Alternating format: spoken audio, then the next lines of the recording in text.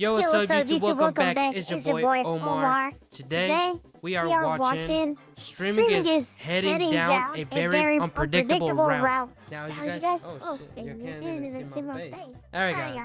As you guys know, streaming is heading down into a very unpredictable route. We don't know anything about. What's that sound? What the frick? I thought it was a video. Oh! It was David AI.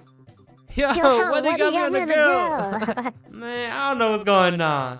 Anyways, guys, let's get straight to that video. To spend your money in order to make money when it comes to streaming. I never experienced this with YouTube because I just pop out with my camera, nigga. I buy one camera, SD card, a laptop. I'm good to go. I don't need to spend nothing else, nigga. I buy food, whatever. I vlog, post my vlogs. That's it. This shit right here, nigga, this is a spending game. The more you spend, the more lit you get. The game has totally changed for streaming, and I don't know if it's for the better. Over the past few years, a type of content creation that used to be why can I hear my voice? The outcasts of society. Bro. These AI voices, bro, they're messing with me. I gotta turn it off. There we go. You know, the nerds, the lames, the people who had dirty rooms with bugs all over the floor, pizza boxes everywhere, and were sweaty at their computer desk has totally changed. Now streaming is into mainstream media and society, and everybody wants to get their hands on the game. It's literally the one-stop shop for celebrity interviews, recording sessions, IRL content. It's the place to be and the thing to be doing if you want to be creating content in 2025. But with the uptick of not only productivity, but also production, it almost seems like streaming has created its own bidding war, because no longer can you sit behind the desk and react to a Jubilee video and get hundreds of thousands of views or pop off because of that. You're not going to be able to do the route of some of these other content creators and go faceless and react to AMP videos and come big. But nowadays, you'll have to do things like Kai does in his Mafiathon, where he has freaking Batman behind the scenes footage, literally blue screen sets with whole set designers, and have that type of production on your content. Don't want to be a That you want to be more a Plaque-Boy. Oh my god, yo, gang, we might be cooked then, guys. We might be cooked here.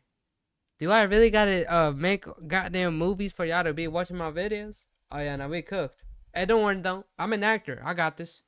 Max, that's fine. But Plaque-Boy Max spends a lot of money doing these streams with these artists. Not only does he have to get the artist out there, which may or may not cost him anything, but he has to rent these Airbnbs, which people probably think an Airbnb couldn't be too expensive for somebody like Plaque-Boy Max, right? $200 a night for a couple nights, that's only $400 a pop. But we've talked about it. He has to deal with the smoking situation, and it's coming right out of his pockets. Yo, just to clarify for anyone that end up seeing this or want to come on future streams, or like any artist, y'all are, of course, welcome to smoke outside. You just can't smoke inside in a B&B, where they might charge me, because I've been charged before $5,000 to $10,000 or whatever more in fees for damages because of smoking. Because they will make up a camera. It's happened to me before. Now, I've never worked with these rappers, but I feel like that's an essential thing for studio sessions. They have to get lit. They have to get in their mode. They have to smoke. I don't know. This is just the price that you have to pay when you want to up your streaming content. Now, the question then is asked, how integral is it to do some events like this in order to grow as a live streamer? This is the thing that I'll give praise for the content. People were able in the past to just do their content, make their money, not up the production level, and still get great results. But there's been certain content creators who have pushed the envelope. We're talking about the Mr. Beasts of the world. We're talking about the Logan Pauls of the world. We're talking about the Kai Cenats of the world, who have been able to put in time, effort, and their creative energy, along with some cash, in order to take an uptick to the content creation game. Now, with that being said, it was definitely going to touch all the different spheres. So I know that most people think that Kai Cenat is mainly.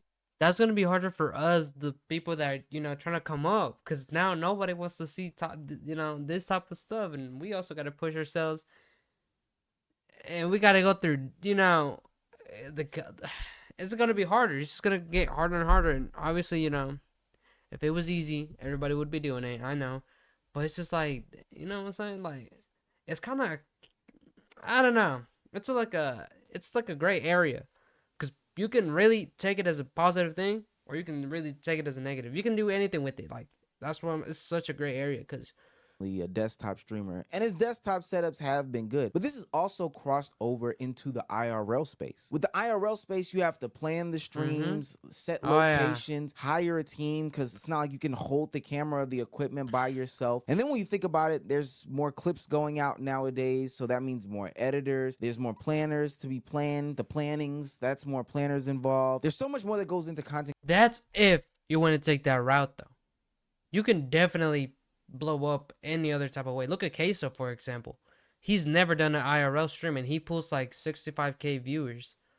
That dude, all he does is just play games. And I love that dude, man. Shout out Queso.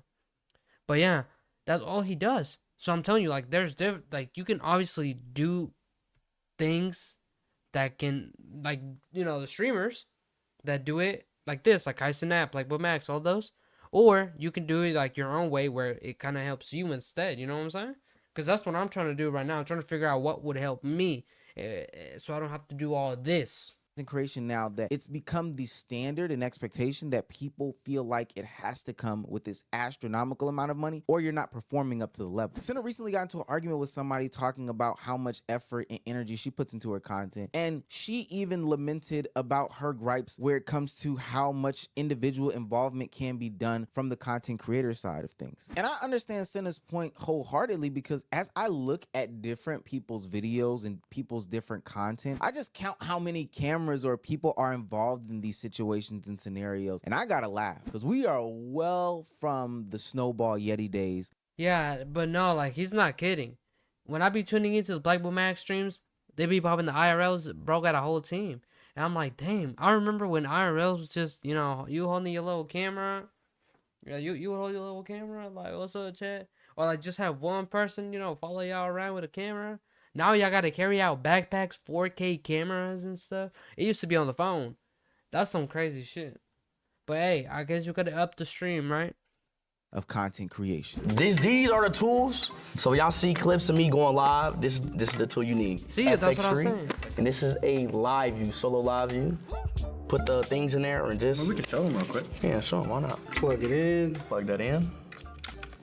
And then you're good to go. You just press go live. Then you go live. That's all it is. So that's what I do every single day. I cannot live without this. Obviously, I still use the phone for places that don't allow this, because obviously stadiums. I went to the Ballon d'Or, so I have to stream on a phone as well. So phone is a good essential too. This is just way better all around. That live view backpack is $1,500. The body for the camera alone is $4,000. I know that lens is probably another $2,000. That microphone is a couple $100 probably. Yeah, no, I'm chilling with my $300 camera, man. Even though I got a little square right here, and and my camera is inverted, that's okay, guys. You know what? I'm grateful for this. I'm grateful to be able to even be able to do this, man.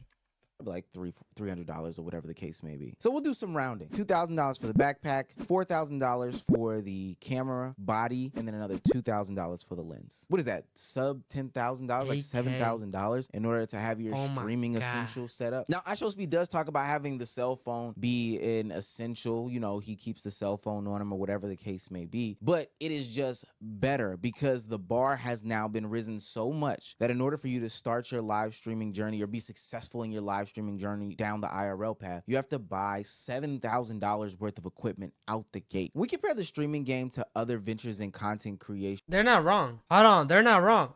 I'm seeing this firsthand. This camera cost $300. Did I have to buy it? No. But why did I do it? Because I saw everybody else use high quality cameras. Hold on now. I'm low-key starting to see it now. I got this little, let me see if I can show you. This is the webcam I use, and I used before I got the camera. This was I think it was like $60, and it was well. Like I got videos, a lot of popular videos with that camera. So it's like, hold on, I'm starting to realize what he's talking about. I'm experiencing it firsthand. That's actually crazy though. I never even thought about that.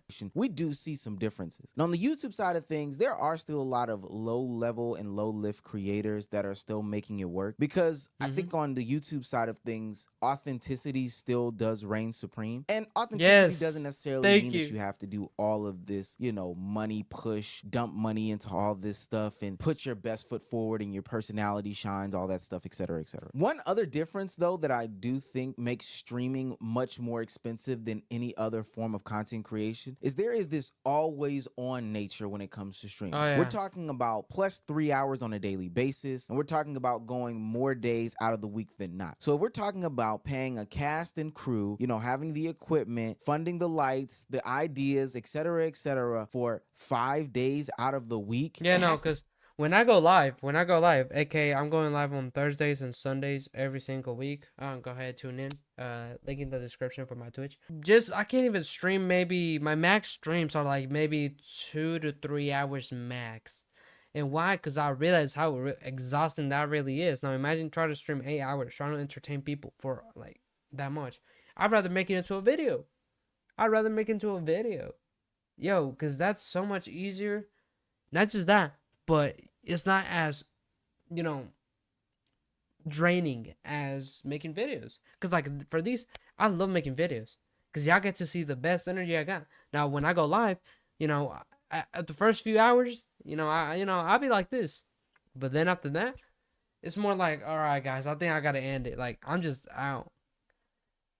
And now, like, yeah, like that's one thing. That's one downside to streaming is that the bigger you grow, the more you have to stream it because people demand it. To get expensive. We're talking about 8 to 10 hours a day. This has to be an expensive game. Even if you want to take it to different kinds of content creators who are on the lower side of streaming. I mean, consistently buying games, subbing to these different platforms, you know, keeping up with the PC needs for today's day and age, it's still going to cost you a lot of money. Now, this could be a rich man's problem because at the bottom half of Twitch, and bottom half maybe even an exaggeration, because there are only 40 to 50 channels who average about 10K viewers on Twitch. But there are a lot of streamers on the other side of things who still go the traditional routes and are still finding great success. Now, maybe there's a conversation to be had about whether your growth will be stunted or not, which I might say that there's a possibility that it can be, especially when you're having to compete with a lot of people like the Kai Cenats of the world or the DDGs of the world who are putting on these Mafia-thons, or hell, even Neon, who recently was asked to spend $1 million to stream with James Harden. It's literally much harder nowadays to continue with the content cycle. It's not just live streaming. People are just demanding more content from you. So even if you aren't directly spending more money, which you probably are because you're having to pay for editors, you're having to pay. Are you guys demanding more content from me, guys? Even though I post every Wednesday and Saturday guaranteed, and then if I want to, I'll add an extra video Monday, Tuesday, or Thursday. Yeah, is that? Let me know in the comments if you guys demand more content. Comment down below. Pay for writers, you're having to pay for people who make thumbnails. If it's not there, then you are talking about trading your time in, which is also very valuable because you need to just create more. And the saddest part about this whole conversation is we don't talk about the people who end up losing a bunch of money when they do these content creation endeavors. Profit wise, I don't know. I might break even. I might make a little money. I might lose some money, but it's not about that. It's about elevating. It's about bringing in, you know, it's about bringing in a new audience and letting people know I can do the shit. DDG does bring up some good points because sometimes in investment land, you do have to break even, make a little bit of money, or hell, even lose money in an attempt to garner a new audience. That's what investments are. That's what outreach is. But I don't think any of this is sustainable when we talk about the marathon streaming and when we talk about spending this much money. That's something I wanted to talk about. Marathons. That's when I saw like the Kai Cenat, when he did the marathons, he elevated it to a point like if you're gonna do a marathon, we gotta see like some like that type of level. If not, I mean, look at Blackboy Max. He's streaming 375 days. I think that's how much are in a year. But he's doing that, so he's elevating just being able to go live. Now people, you know what I'm saying? If he's able to make it big. Now everybody's going to want to do that. And then when you start streaming and you have maybe like, you don't want to, like me, for example, I only go live every Thursday and Sunday because I actually have a life. Now they're going to demand to go live mostly every single day. And sometimes that's just not possible. And it's like, I just feel like it's getting escalated too much. I feel like we gotta slow down, appreciate what the new pioneers have done, but just leave it at that for now. We don't need to push further than that, okay? We don't need a Mafia-thon 3 being a whole damn movie. We don't. Please. I haven't even done a 24-hour stream. Please. Just not expect any output that is positive, especially because there's no correlation between spending a lot of money and upping, your views or your performance. I think it begs the question, do streamers or content creators even need to do stuff like this? For me, I'm on the extreme end of the spectrum towards low budget because I think it's mostly about managing risk. I never want one video to like me up or wipe me out or make me have to take a sponsor I don't want to take or whatever. I like the total freedom. Let me give you an example. If somebody made a video and got 1.5 million views, right? But it cost them 50 grand to make, and I get a video that makes 500K views, but it cost me nothing, then ROI wise, I actually won. You know what I'm saying? At the end of the day, you got to do what you got to do in order for content creation to make sense for you. I think a lot of people have misconceptions that content creators just make a shit ton of money. They don't have to spend it. They get to do their own personal things, no, they etc. spend a lot. But with the way that content is being pushed in 2025 and beyond, as it's seen as a way to replace mainstream media, there is a really good conversation that says you do have to spend to make a lot of money in content creation. If you're not... What I'm saying right now, for any upcoming YouTubers and streamers like me, don't even worry about the business side. Don't worry that you're gonna make money. I promise you, that's gonna be the downfall of your channel. I suggest you just make it because it's fun. You know what I'm saying? You just make it because you like it, and I promise you, all of that you will benefit soon enough. I'm not even big. I'm only 151 subscribers, which thank you guys so much for that. By the time I'm making this video, I'm sitting at 151. Thank you guys so much. We're so close to 200 subscribers, and I want to drop a special video for that. So if you guys don't mind subscribing, please, thank you. I suggest you don't worry about the money part when you're starting. Now, right? Actually, don't even worry about that. If you want to do this, then you should know that the money's not gonna, just put that on the side. You're doing this because you love it. And I promise you, it will come back for you. All this passion is going to come back to you, and you will have money. I just suggest, don't worry about the money part, and just, try to be as creative, try to be as cool, show your personality, show who you are, that type of stuff, and everything's going to go from there. Not outspending somebody, then honestly you're going to be left behind. I think in the beginning you should start off by doing things yourself so you can become as knowledgeable as possible. Yeah. But just know that somebody out there is going to be investing money that you probably don't have. But as long as you stay authentic to yourself and your goal and what your bigger picture is, then you should be happy with whatever the outcome is. Because trust me, in that same token, somebody is spending way too much money and not getting enough output. I don't know. I done seen the dollars. It don't make sense for a lot of folks. So one thing I do gotta say though, is you cannot compare yourself to others. That is what kills the joy, and that is what takes out your self-esteem. You can't compare yourself to others. Yes, there's gonna be better people out there that's gonna be making better videos than you, but that doesn't mean you gotta give up and lose the motivation, lose the passion. Just by you comparing yourself to them, you messed up already. Like I'm trying to tell you, there's so many probably better YouTubers, streamers than me, but guess what? We don't care. Why? Because we can't do anything about it. So what if they're better? Are they you? No, you're unique. That's the thing. Everybody, even if they do the same thing, think about it. You can give 100 beats to 100 rappers, but the end results are never going to be the same. And notice how different it is. So that's you. Think about it. You're given the same video I just watched. How was your reaction? And why don't, you know what I'm saying? You just post it up. Yours might be better than mine. But that's what matters, is that you're unique and people want to see you. Because you never know. You might react, they might see a video, but they want to see you react to it. Why? Because they care about your opinion more than anybody else's. That's what I'm saying. You're unique. Don't compare yourself to others. Use that example I just gave you, the 100 beats. You can give 100 beats to 100 rappers, but the end results are never going to be the same. So that's what any video it is. And that's why I suggest you to keep pushing, keep thriving, keep going with your YouTube channel. because I promise you, people will tune in. They will subscribe. I mean, heck, I have 151 subscribers. I wasn't expecting that. But am I grateful? Hell yeah. Anyways, that's about it, guys. If you guys enjoyed the video, go ahead, drop a like. If you guys haven't subscribed yet, you know, please help me out and subscribe. And yeah, that's about it. See you guys in the next video.